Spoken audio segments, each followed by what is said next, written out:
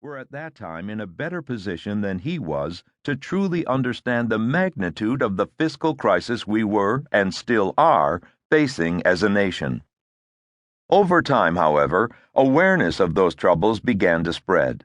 A few months later, a headline out of New York City, the financial epicenter of the American economy, caught my attention.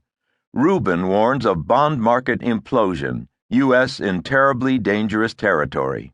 The article began, warning of the risk of an implosion in the bond market, former Treasury Secretary Robert Rubin says the soaring federal budget deficit and the Fed's quantitative easing, the printing and pumping of more money into the American economy by the Federal Reserve, are putting the U.S. in terribly dangerous territory.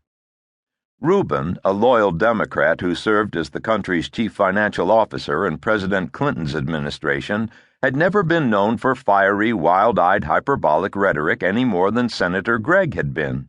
He wasn't running for political office. He wasn't pontificating before a left-wing special interest group. He was speaking at an event for business executives, financial professionals, and federal budget experts organized by the Concord Coalition, a nonpartisan grassroots organization dedicated to balanced federal budgets and generationally responsible fiscal policy. Also speaking at the event was former U.S. Comptroller General David Walker, who has long argued that America suffers from a fiscal cancer that is growing within us, which, if left untreated, could have catastrophic consequences for our country. Senator Kent Conrad, the North Dakota Democrat and chairman of the Senate Budget Committee at the time, also spoke at the event. He agreed with Secretary Rubin's assessment, saying the U.S. was facing a defining moment in terms of our fiscal crisis, and noting, if we fail to act, our nation will be condemned to second-class status. Not long after this, Congressman Paul Ryan, the Wisconsin Republican and chairman of the House Budget Committee, began briefing fellow members of Congress and speaking at forums in Washington and around the country on the grave danger facing the American economy in view of the skyrocketing federal debt. While Ryan didn't use the term implosion, he might as well have. His message was just as sobering. We're on a path where our debt goes from about 68% of GDP, gross domestic product, to 800% of GDP over the three-generation window, Congressman Ryan said. I asked CBO, the Congressional Budget Office, to run the model going out, and they told me that their computer simulation crashes in 2037 because CBO can't conceive of any way in which the economy can continue past the year 2037 because of debt burdens. Ryan has noted that by the time his young children reach 40 years of age, just 3 programs, Social Security, Medicaid, and Medicare, will consume all federal revenues. There will be no room for anything else in the federal budget.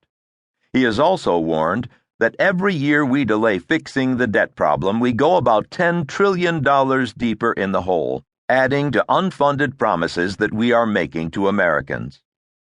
The St. Petersburg Times ran an article on its website, politifact.com, analyzing Congressman Ryan's case.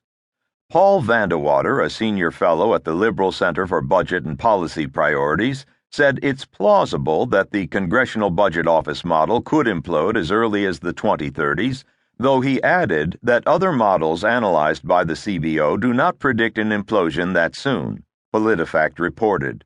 Slowly but surely, the concept of the implosion of the American economy was entering the national conversation.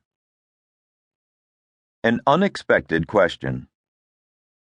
It was during that period that I happened to be invited to the United States Capitol for a private meeting with a group of congressmen. The purpose was to discuss the future of Israel in light of the rising Iranian nuclear threat and the future of the U.S.-Israel relationship given recent partisan political tensions in Washington. Because of the subject matter, I decided to accept, and a few days later arrived at the meeting just off the floor of the House of Representatives.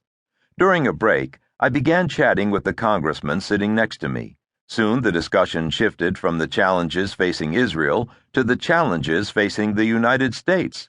We compared notes for a few minutes on the federal government's runaway spending, the exploding national deficit, the out-of-control debt, and our stagnant economy.